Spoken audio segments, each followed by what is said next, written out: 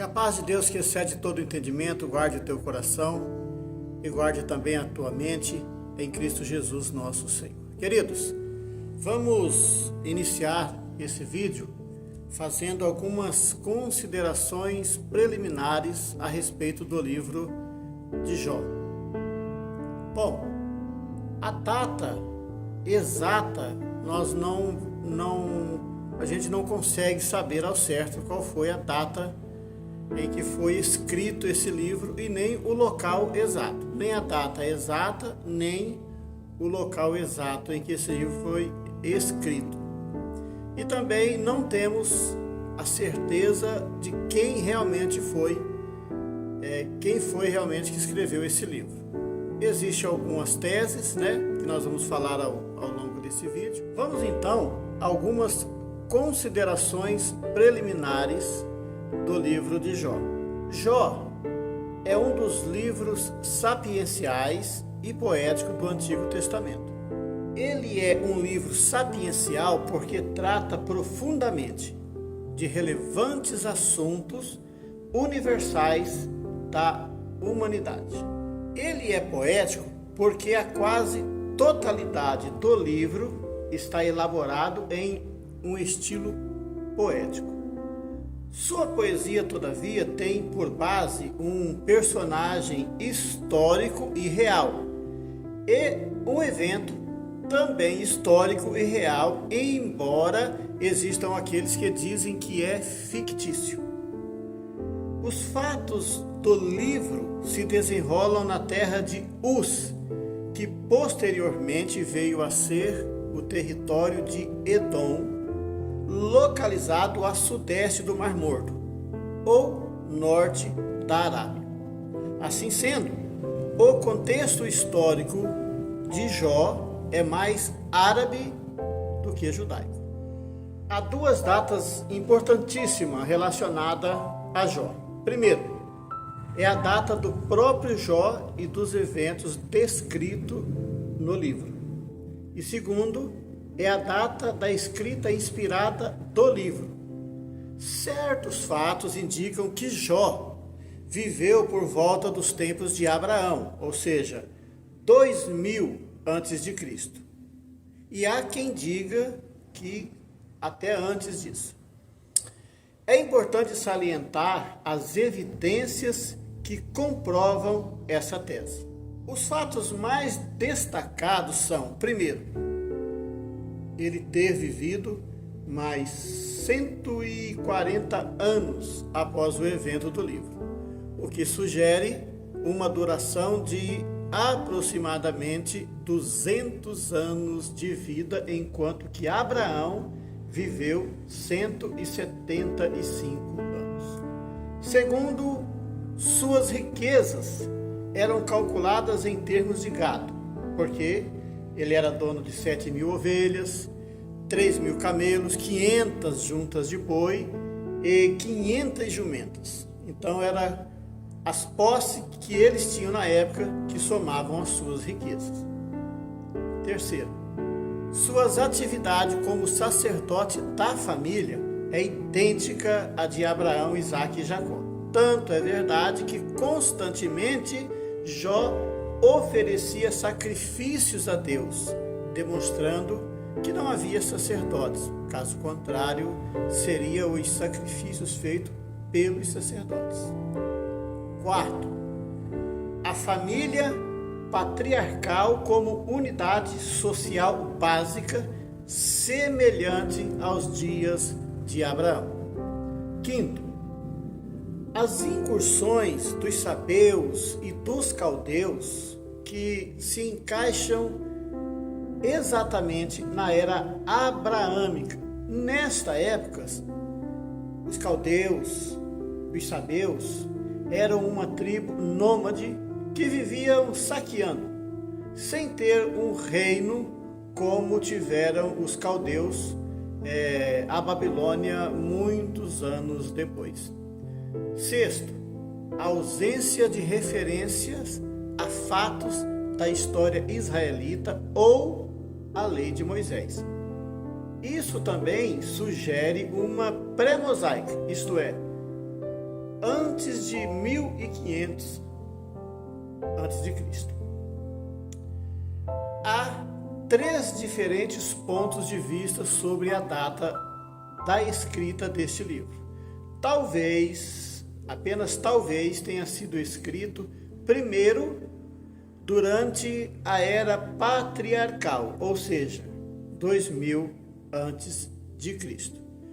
Provavelmente pouco depois da ocorrência dos eventos citados e talvez pelo próprio Jó. Segundo, escrito por Moisés, por causa da forma perfeita como foi escrito, e Moisés, todos nós sabemos, era um homem letrado, formado na maior e melhor universidade da época, no seu tempo, que era a Universidade do Egito. Terceiro, durante o reinado de Salomão, ou pelo próprio Salomão, ou pouco depois, ou seja, 950 a 900 a.C., pelo fato do estilo literário do livro assemelhar-se ao da literatura sapiencial daquele período. Quarto, durante o exílio de Judá, em 586 a 538 a.C., quando então o povo de Deus procurava entender teologicamente o significado da sua calamidade. Queridos, uma coisa é certa, se não foi o próprio Jó, o escritor deve ter obtido informações detalhadas, escritas ou orais, oriundas daqueles dias, as quais ele utilizou sob impulso, obviamente, da inspiração divina para escrever o livro na feição em que temos. Certas partes do livro vieram, evidentemente, da revelação direta de Deus. Tudo nessa vida tem um propósito específico. E qual seria o propósito do livro de Jó? O livro de Jó lida com a pergunta do século. Se Deus é justo, se Deus é amoroso, por que permite que um homem realmente justo, tal como Jó, sofra tanto daquela maneira? Sobre este assunto, o livro revela as seguintes verdades. Primeira verdade: Satanás, como adversário de Deus, teve permissão para provar a autenticidade da fé de um homem justo por meio de aflições. Mas a graça de Deus, como sempre, triunfou sobre o sofrimento, porque Jó permaneceu firme e constante na fé, mesmo quando parecia não haver qualquer proveito em permanecer fiel a Deus. Segundo, Deus lida com situações por demais elevadas para a plena compreensão da mente humana. Neste caso, nós não vemos as coisas com a amplitude que Deus vê e precisamos da sua graciosa autorrevelação. Terceiro, a verdadeira base da fé acha-se não nas bênçãos de Deus, nem em circunstâncias pessoais, nem em teses formuladas pelo intelecto, mas na revelação do próprio Deus. Queridos, Deus às vezes permite que Satanás prove o justo, mediante contratempos, a fim de purificar a sua fé e sua vida, assim como o ouro é refinado pelo fogo. Tal provação resulta numa maior integridade espiritual e humildade do seu povo. Embora os métodos de Deus agir para nós, às vezes, pareçam contraditórios e cruéis, conforme o próprio Jó pensava, mas ver-se-á no fim que ele é plenamente compassivo, que Ele é plenamente misericordioso. Vamos fazer uma visão panorâmica do livro de Jó. Olha, há 5 divisões distintas do livro de Jó. Primeiro, o prólogo, que descreve a calamidade de Jó e a causa subjacente disso, de tudo aquilo que aconteceu com ele. Segundo, há 3 ciclos de diálogos entre Jó e os seus 3 amigos, nos quais estes buscam na mente humana, na racionalidade humana, a resposta para o sofrimento de Jó. Terceiro, 4 monólogos de Eliú.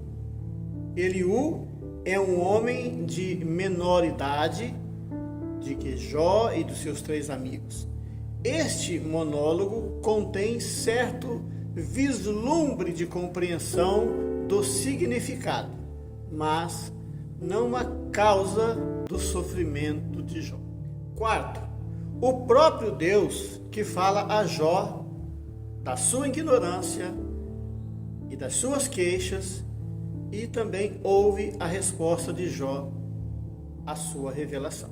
Quinto, o epílogo, ou a conclusão, com a restauração de Jó. O livro de Jó está escrito em forma poética, com exceção do prólogo, do trecho do capítulo 32, do versículo 1 até o versículo 6, e do epílogo. No capítulo 1 temos um homem justo e temente a Deus, e o mais importante de todos do Oriente, o mais rico, o mais benquisto e o mais querido, que repentinamente uma série de grandes calamidades destruiu os seus bens, destruiu os seus filhos e também a sua saúde. Jó ficou totalmente desorientado, sem saber o que ele estava envolvido a fundo, num conflito entre Deus e Satanás. Os 3 amigos de Jó, Elifaz, Bildade e Zofar, chegaram para consolar Jó, mas estes, em vez disso, passaram a debater com ele sobre o porquê do seu infortúnio. Insistiam que, pelo fato de Deus ser justo, o sofrimento de Jó evidentemente era castigo por seus pecados ocultos e que o seu único recurso era o arrependimento. Jó, porém, rejeitou essas respostas preconcebidas, afirmando sua inocência e confessou a sua incapacidade de compreender a sua situação. Eliú, ao entrar na conversa, apresentou outra perspectiva, a saber que o sofrimento de Jó tinha a ver com o próprio propósito divino. Aquele propósito de purificar Jó ainda mais. Finalmente, todos se calaram, inclusive Jó, enquanto o próprio Deus falou com ele da sua sabedoria e poder como Criador. Nesse momento, Jó então confessou, arrependido e humilhado, a sua ignorância e pequenez. Quando Jó arrependeu-se de estar argumentando com o Todo-Poderoso e orou por seus amigos que o tinham magoado, e não foi pouco, amagoado profundamente, Jó foi liberto de sua prova de fogo e duplamente restaurado. Além disso, Jó foi vindicado quando Deus declarou que o patriarca tinha falado a respeito dele o que era reto. Os dias subsequentes de Jó foram muito mais abençoados do que os anteriores à sua aflição. Muito bem, vamos ver algumas características especiais do livro de Jó. Há pelo menos 7 características principais que assinalam o livro de Jó. Primeiro, Jó, um habitante do norte da Arábia, foi um não israelita, porém justo e temente a Deus, que talvez tenha existido antes da família de Israel e do seu concerto com Deus. Segundo, este livro é o mais profundo que existe sobre o mistério do sofrimento dos justos. Terceiro, ele revela uma dinâmica importante presente em toda a prova severa dos santos. Enquanto Satanás procura destruir a fé dos santos, Deus está operando para depurá-la e aprofundá-la. A perseverança de Jó na sua fé permitiu que o propósito de Deus prevalecesse sobre a expectativa de Satanás. Quarto, o livro é de valor inestimável pela revelação bíblica que contém sobre assuntos chaves, tais como Deus, a raça humana, a criação e manifestação de Satanás, o pecado, o sofrimento, a justiça, o arrependimento e também da fé. Quinto, boa parte do livro ocupa-se da avaliação teológica errônea que os amigos de Jó fizeram do sofrimento dele. A repetição frequente dessa avaliação errônea no livro talvez indique tratar-se de um erro comum entre o povo de Deus. Erro este que exige imediata correção. Sexto, o papel de Satanás como adversário dos justos. Por quê? O livro de Jó demonstra mais do que em qualquer outro livro do Antigo Testamento. Por exemplo, entre as 19 referências nominais a Satanás no Antigo Testamento, 14 ocorrem em Jó. Sétimo, Jó demonstra com toda clareza o princípio bíblico de que os cristãos, de um modo geral, são transformados pela revelação e não pela informação. Agora, como devemos aplicar em nossos dias, em nossas vidas, os ensinos que são extraídos do livro de Jó? Primeiro, Deus colocou toda a sua integridade nas mãos de Jó porque conhecia bem o coração de Jó e sabia da sua qualidade, da sua integridade, assim como também dos seus defeitos. Segundo, o livro de Jó é indiscutivelmente pedagógico. Quando Satanás desafiou a Deus, ele não o fez em particular como tinha desafiado Eva na ocasião do Éden. Ele o fez na presença dos filhos de Deus, que eu acredito, quero crer, que seria os anjos de Deus. Obviamente, uma estratégia de Satanás para colocar em dúvida a integridade de Deus, causando assim uma segunda rebelião. Terceiro, o livro de Jó é pedagógico porque ele nos ensina a respeito do pré-julgamento que nós fazemos constantemente. Quantas vezes nós inocentamos a Jó, que tem sido a razão de muitos sermãos, colocando esse personagem, Jó, como exemplo de paciência e resignação. Mas, quando lemos o livro de Jó, como estamos fazendo, nós vemos que não foi bem assim. Eu separei alguns versículos para mostrar que Jó realmente foi paciente a ponto de não pecar com os seus lábios contra Deus, e isso ficou bem claro na própria introdução do livro. Mas ele não foi paciente ao ponto de aceitar tudo sem questionar a Deus e buscar o porquê do seu sofrimento, uma vez que ele sabia da sua integridade. Vamos aos versículos de Jó. O primeiro versículo que eu quero ler com vocês é Jó capítulo 10. Nós vamos ler do versículo 1 até o versículo 7, que diz assim: A minha alma tem tédio da minha vida. Darei livre curso à minha queixa. Falarei na amargura da minha alma. Direi a Deus: não me condenes. Faze-me saber por que contendes comigo. Parece-te bem que me oprimas, que rejeites o trabalho das tuas mãos e resplandeça sobre o conselho dos ímpios. Tens tu, porventura, olhos de carne?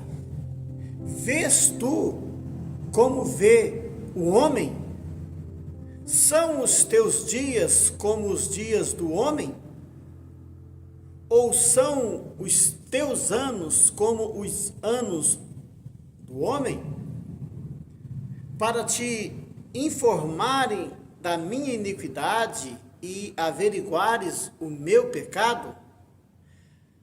Bem sabes tu que eu não sou iníquo, todavia ninguém há que me livre da tua mão. Querido, Jó está dizendo: eu quero saber o porquê desse sofrimento.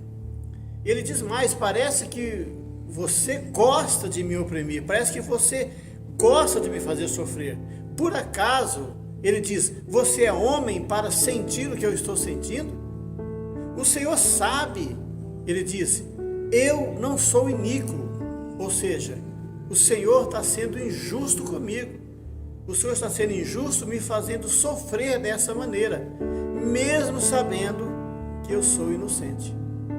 O segundo versículo está em Jó capítulo 19, e o versículo é o 7, que diz assim: eis que clamo violência, porém não sou ouvido. Grito, socorro, porém não há justiça.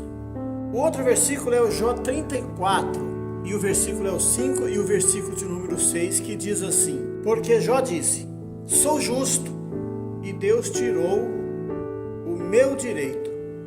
Apesar do meu direito, sou considerado mentiroso. A minha ferida é incurável, embora eu esteja sem transgressão. Jó capítulo 7, versículo 20. Se eu pequei, que te farei, ó guarda dos homens? Por que fizeste de mim um alvo para ti, para que a mim mesmo me seja pesado? Jó capítulo 16, versículo 11 até o 14, diz assim: entrega-me, Deus, ao perverso, e nas mãos dos ímpios me faz cair. Descansado estava eu, porém ele me quebrantou e pegou-me pela cerviz e me despedaçou. Também me pôs por seu alvo. Cercam-me os seus flecheiros, atravessam-me os rins e não me poupa, e o meu fel derrama sobre a terra. Fere-me com ferimentos sobre ferimentos, arremete contra mim como um valente. Queridos, esses versículos mostram que Jó não foi tão paciente assim. E quantas vezes, não é mesmo, demonizamos a mulher de Jó pelas coisas que ela falou e não nos colocamos no lugar dela, como estaria o coração de uma mãe que em um único dia sepultou seus 7 filhos e suas 3 filhas. Perdeu toda a sua fortuna e de quebra ficou com um marido enfermo, moribundo, em um estado degradante como estava Jó. Embora as suas palavras, ao menos da forma que nos foi traduzida, seja palavras duras, e possa nos parecer uma pessoa insensível ao sofrimento de Jó, a sua amargura também, queridos, tem que ser levada em consideração. Deus não a repreendeu por sua fala.